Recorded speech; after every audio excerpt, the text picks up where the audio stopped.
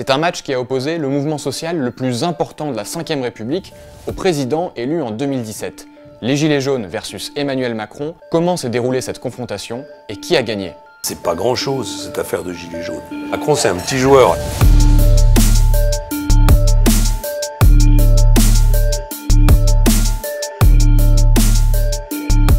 Tout commence en octobre 2018, avec une hausse des prix du carburant suite à une augmentation des taxes gouvernementales. Une vidéo diffusée alors par une inconnue, Jacqueline Moreau, est visionnée plusieurs millions de fois. La chasse aux véhicules diesel, on continue, hein?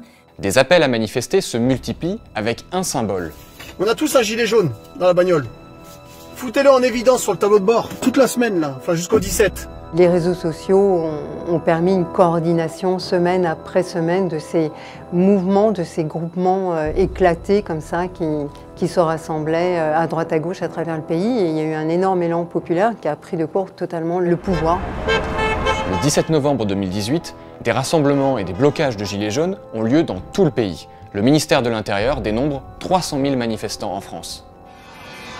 C'est une France qu'on n'a pas l'habitude d'entendre, en dehors de tout appareil traditionnel, en dehors de tout syndicat. C'est la France du monde rural, du périurbain.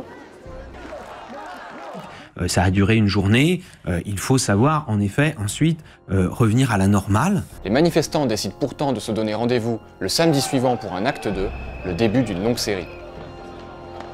Le pouvoir a sous-estimé la puissance du phénomène des Gilets jaunes. Tout le monde l'a sous-estimé, puisqu'en fait, on est face à un mouvement qui prend des formes inédites. Il m'appartiendra de prendre des décisions supplémentaires, mais elles ne seront jamais des reculs. Le chef de l'État, au début, se dit que ça va passer. Or, ça va durer beaucoup plus longtemps que tous les scénarios qui étaient à ce moment-là prévus.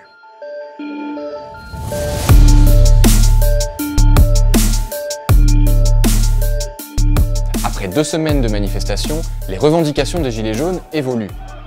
Au début, ils luttaient contre le pouvoir d'achat.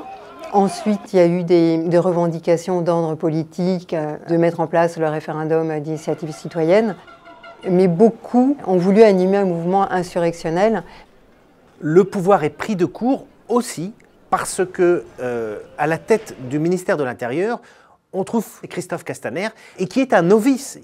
Un ministre mis à l'épreuve le 1er décembre lors d'un acte qui marque un tournant dans le mouvement, l'acte 3. L'Arc de Triomphe est attaqué et mis à sac par des casseurs. Le monde, d'ailleurs, au-delà de nos frontières, assiste sidéré à ce qui se passe. Vous arrivez devant l'Élysée, vous faites quoi? On rentre dedans. Pour être écouté, ça sera la seule solution, c'est tout. Les Gilets jaunes, pour certains, ils ont dénoncé la violence. Il y en a d'autres qui finalement s'en sont même servis, puisque c'était une manière aussi de braquer sur le mouvement les projecteurs, les médias, etc. Pour l'acte 4 du 8 décembre, le pouvoir change de stratégie. Nous allons utiliser une douzaine de véhicules blindés de la gendarmerie. Le pouvoir se barricade, un hélicoptère qui est mis à disposition du président le 8 décembre pour qu'il puisse être exfiltré en cas de problème, c'est-à-dire qu'on s'attend au pire. Le maintien de l'ordre a été mis à mal pendant un temps, ils ont été parfaitement débordés.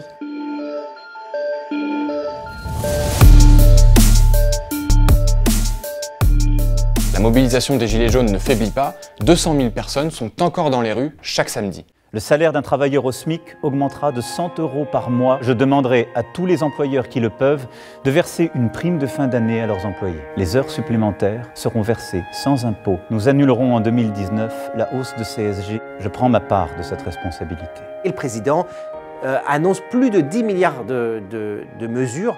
C'est quoi? C'est des miettes, hein, c'est vrai. Et les plus riches, non, sont toujours dans leur sphère, et eux, ils n'ont rien à payer. Ils sont toujours protégés.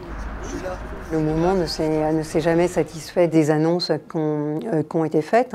On va à ce moment-là essayer de dire, je vous ai entendu, il y a un problème de pouvoir d'achat. Au tout début du mouvement, les Gilets jaunes ont eu un soutien incroyable des Français. Les sondages l'ont montré de manière très claire.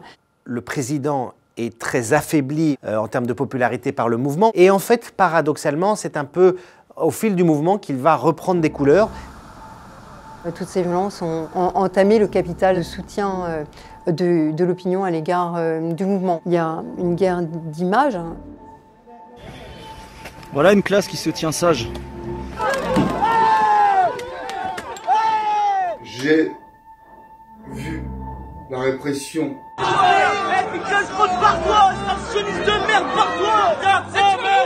la France, tu vas la faire. 3 secondes après, l'impact de la LBD 40 qui m'arrive à l'œil.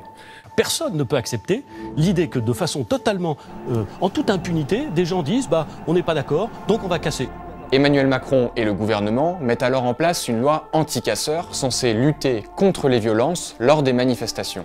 Il a une réponse sécuritaire qui va quand même flatter une partie de l'électorat plutôt à droite. Il atteint aujourd'hui une cote qui est bien largement supérieure à celle du début du déclenchement des Gilets jaunes.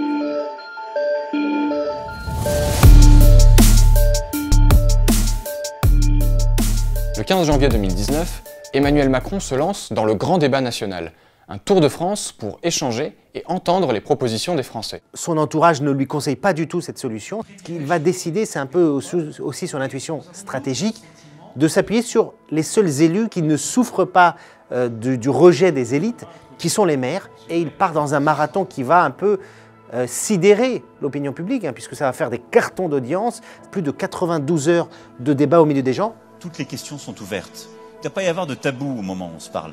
L'annonce du grand débat qui a été lancée, beaucoup ont joué le jeu, c'était assez sidérant. Il y avait des réunions organisées dans les mairies, dans des salles des fêtes, couchées sur papier, les idées des uns et des autres. Il y a eu une véritable mobilisation. Et c'est vrai que cet exercice, dans lequel il a plutôt brillé, va le remettre en selle politiquement et personnellement.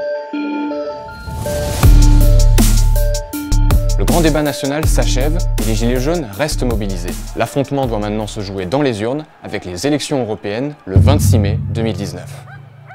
L'idée d'une liste des Gilets jaunes circule dans le milieu politique.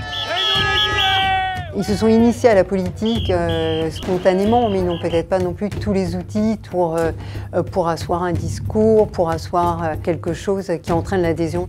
Savoir combien nous sommes dans ce pays à vouloir que ça change. C'est ça que nous allons faire, tout simplement. Et c'est pour ça que nous allons présenter des candidats. Du côté du pouvoir, c'est plutôt au début vu comme une bonne idée. S'il y a une liste Gilets jaunes, ça va affaiblir le Rassemblement national, comme le réceptacle un peu naturel des mécontentements. Pour ma part, je renonce vraiment aux européennes, peu importe la liste, peu importe le parti. En fait, il y en a certains qui ne veulent pas rentrer dans les clous, qui ne veulent pas créer des listes, entrer dans un courant politique, être récupérés. Je pense que dans le vote utile de droite vers Macron, l'affaire des Gilets jaunes a compté. On va vers l'ordre. Les Gilets jaunes ont fait un flop avec des résultats tout à fait médiocres. Les listes se revendiquant des Gilets jaunes réunissent 1% des voix. Le parti d'Emmanuel Macron arrive deuxième avec 22%. Après une année de mobilisation, c'est donc un match nul entre Emmanuel Macron et les Gilets jaunes qui continuent à se rassembler. Une question reste ouverte, la partie est-elle vraiment terminée? Aujourd'hui, le ministère de l'Intérieur ne communique même plus sur les quelques manifestations qui ont encore lieu certains samedis. Les Gilets jaunes essayent du coup de se greffer à d'autres mouvements. Ce qui a déclenché le mouvement des Gilets jaunes, c'est l'idée dans la société que si vous voulez obtenir des résultats, c'est par la violence qu'on peut y arriver. Il est à craindre que finalement la violence devienne un outil d'expression à l'occasion de prochains mouvements. C'est ça les avatars des Gilets jaunes.